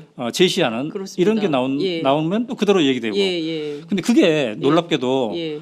최순실한테만 그런 게 아니라는 거잖아요. 조순재와 박근혜 시대 이게 1980년대 초반 네. 중반 이런 시대이지 않습니까? 네. 더 멀리 올라가면은 70년대 네. 후반 시대이고 예. 이제 그때부터 이런 상태였다라는 거죠. 네. 그리고 두 번째는 어떻게 했습니까? 두 번째는 이제 이 박근혜라는 인물 자체가 너무 미스테리하다는 거예요. 자기가 측근으로 그렇게 오랫동안 모시긴 했지만 네. 한마디로 너무너무나 인생살이가 미스터리해서 이런 사람이 대통령이 되면 나라 자체를 미스터리로 끌고 갈 것이다. 이런 표현이 나옵니다. 자, 19쪽에는 이런 표현이 나와요. 네. 그게 참 묘하다. 어. 이해 안 가는 인생살이가 많다. 박근혜는 이해 안 가는 스토리가 너무 많은 거야. 그러니까 이게 나라를 맡으면 어떻게 되겠어? 진짜 미스터리로 끌고 가는 거야. 이런 얘기를 그 말은 맞네요. 하는 거죠. 맞아요. 그러니까 이 조순재 2007년에 녹취록 읽어보면 예. 섬찟해요. 예, 이게 녹취록의 19쪽에 예. 거론이 되어 있습니다. 그다음에 세 번째로는 네. 박근혜가 어떤 부정한 일을 지시해놓고 그것이 잘못되면 책임을 전가한다는 거예요. 예컨대 그것도 요즘 우리가 좀 보고 있잖아요. 보고 있는 모습이잖아요. 네. 근데 그때부터 그랬다고 이 조순재 씨는 얘기를 하는 겁니다. 그러면서 그 한 사례를 영남대 사례를 들고 있는데 영남대가 아시다시피 이제 부정 입학, 네. 그다음에 재산의 편법 관리 맞아요. 이런 게 많이 있지 않았습니까? 이것을 사실상 지시를 한 상태였는데 그거를 다 총장이 시키는 일만 했는데 그거를 나중에는 나는 모른다는 식으로 총장한테 다 뒤집어 네. 씌워가지고 이게 이쪽에 걸쳐서 네. 이게 쭉 정리가 되고 있습니다. 그다음에 이제 네 번째로는 박근혜 대통령이 되면 이 나라가 비극의 나라가 될 것이다라고 이 사람은 확신을 하고 있습니다. 그래서 당시에 이제 이명박 후보랑 같이 이렇게 경쟁하지 않았습니까? 맞아요. 예. 그래서 이 사람은 박근혜는 절대 안 되니까 차라리 이명박이 되었으면 좋겠다. 이런 얘기를 녹취록 곳곳에서 예. 남기고 있는데요. 자, 16쪽을 보면은 이런 표현이 나와요. MB 그러니까 이명박이죠. MB가 되어야 한다는 것이 내 국가가 아니다. 나라 안 잃으려고 하는 소리야. 그러니까 박근혜가 되면 나라를 잃는다는 소리죠. 그래서 우선 나는 저거 그러니까 박근혜죠. 저거는 안 되겠다 이거야. 이런 표현이 나오는 거죠. 그다음에 MB를 제껴놓고 만약에 박근혜 대통령이 되면은 한 방에 가버린다. 이런 표현이 나옵니다. 그러면 참 비극의 나라가 된다. 그러니까 너무 약점이 많기 때문에 네. 한 방에 갈 수 있다는 얘기예요.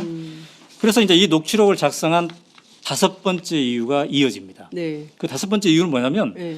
당시 이명박과 박근혜는 한나라당 후보이지 않았습니까? 예. 근데 이제 상대 예. 본선에서는 누구랑 겨누는 거예요? 민주당이죠. 예. 그래서 당시 정동영이었죠. 예. 이 조순재 씨는 정동영 측에서 즉 민주당 측에서 예. 민주당의 대선을 관리하는 사람들 측에서 이 박근혜 문제가 잔뜩 담긴 이른바 박근혜 파일을 갖고 있을 것이다.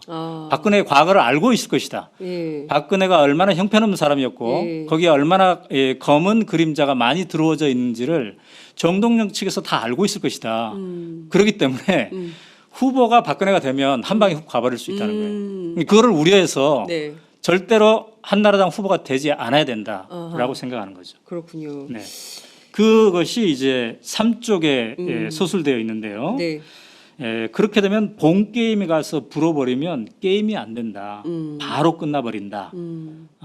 이거 제대로 가지고 있다면 폭발력이 대단한 거다. 이렇게 얘기를 하고 있습니다. 근데 그렇게 추측할 수 있었던 게 이 사람들이 이제 그 10년 동안 민주정부가 운영이 됐었기 때문에 네. 김대중 노무현 그렇기 때문에 박근혜 관련해 가지고 상당한 자료를 갖고 있을 것이다라고 본 그렇죠. 거죠. 네. 그런데 결과는 이제 MB가 됐기 때문에 네. 저쪽에서도 특별한 공격이 없었던 거 아닌가 이런 생각이 좀 들기도 하는데 사실은 이제 이런 녹취록에도 불구하고 네. 2007년에 그 한나라당의 후보 검증 과정에서 네. 박근혜 후보에 대한 검증이 수박 겉핥기 식으로 맞아요. 가버렸어요. 근데 박근혜 후보는 여기에 대해서 이제 부인을 합니다. 특별한 관계가 아니었다. 네, 최태민과의 맞아요. 관계에서 예. 그다음에 뭐 재산 부정 측정한 거 없다. 이렇게 없다. 부인을 하죠. 예. 그러나 거기에 한 걸음 더 나가지 못했던 겁니다. 예. 왜 그랬을까요? 예. 그때 당시에 이제 한나라당 관계자들 얘기 들어보면 MB 그러니까 이명박 자체가 약점을 가지고 있었던 거예요. 여러 가지 문제에 대해서 특히 MB도. 개인 사생활 뭐 예. 에리카 김 얘기가 많이 예, 나오지 맞아요, 않았습니까? 맞아요. 예. 그래서 당시에 한나라당의 선거대책본부의 주요 관계자들은 MB한테 박근혜 이 최태민 관계를 폭로합시다라고 얘기를 합니다.